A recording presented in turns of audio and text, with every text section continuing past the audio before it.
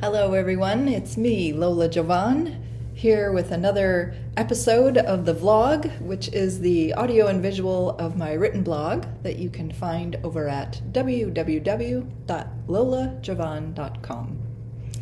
Without further ado, let's get started. Today we're talking about this oil painting. It's called Holy Loneliness. It's about 13 by 19 inches with a small border for framing. And this is painted on Yupo.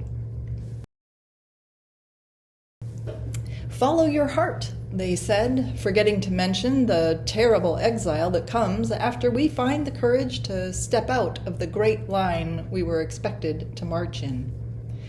It can be so lonely to chase our dreams. Still, once we begin, we must keep going, because the heart doesn't know the way back, only forward. And once we taste purpose, even loneliness feels holy. And that is a poem by John Rodell. How many of you like to step out of the great line we were expected to march in? It isn't easy. It's fraught with peril. The judgment, the naysayers, the critics, those who want to herd those out-of-line marchers back into formation.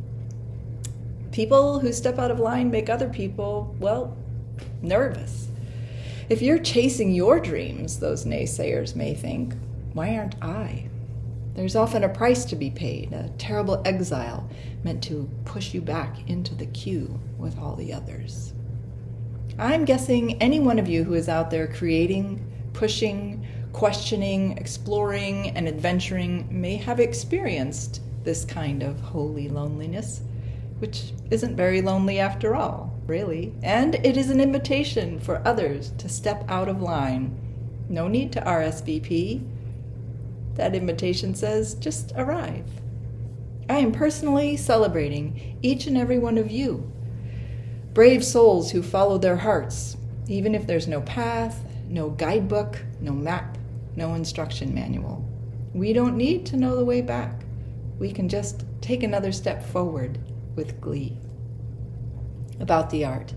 Beginning with a gessoed piece of Yupo and a color palette in mind, I grabbed a wide brush and just ran with it. I wanted to veer away from preciousness, from tiny details, from tightness and over-control. A wide brush and big strokes makes that really easy.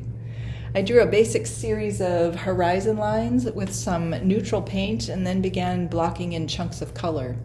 A wash of pale glow for the sun, the suggestion of a sun, and its reflection. I worked all around those until I got to the end, when I could cut back in with some of the darker paint and reduce them to the most impactful size.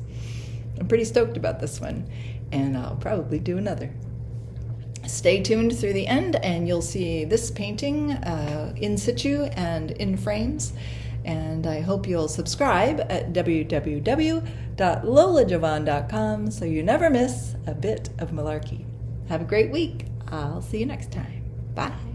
You're my river running high, run deep.